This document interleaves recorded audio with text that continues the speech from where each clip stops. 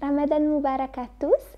Si vous allaitez, vous n'êtes pas obligé de jeûner. La plupart des savants estiment que si la femme craint pour son bébé, pour son enfant, elle ne doit pas jeûner.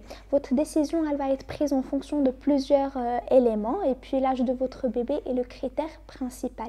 Si vous avez un bébé de quelques semaines qui est nourri qu'au sein ou un enfant de 1 an qui prend des repas solides et quelques tétées par jour, la situation est très différente. Normalement, vous sentirez l'effet du jeûne et le besoin de le rompre avant que votre production lactée ne soit affectée. Une étude menée en Turquie, à Ankara, a montré que un jeûne de 20 heures n'a aucun effet sur la quantité de lait produite par la maman. À part que lors de cette étude-là, les femmes elles étaient autorisées à boire de l'eau.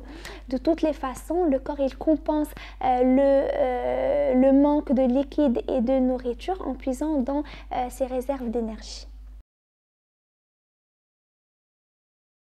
Il faut que la femme allaitante soit très attentive aux signes de déshydratation, maux de tête, vertige, évanouissement, urine qui devient sombre et odorante, elle a très soif par exemple.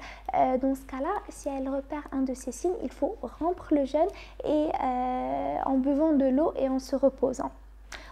De manière générale, il faut que la maman allaitante boit énormément d'eau, des jus de fruits, mais elle a aussi besoin d'un apport en nutriments, calories provenant des aliments solides. Le lait n'est jamais exactement le même. La nature du lait, elle dépend de ce que vous mangez et elle dépend aussi des besoins du bébé. C'est vrai que quand vous jeûnez, le taux des matières grasses dans le lait diminue. Donc, bébé demande à téter très souvent ou plus souvent. Mais pour un bébé plus âgé qui prend déjà des repas solides, cette différence ne va pas vraiment l'affecter.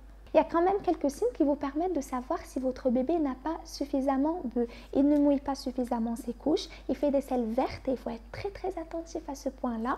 Pleurs et irritation, il perd du poids ou sinon il n'en prend pas.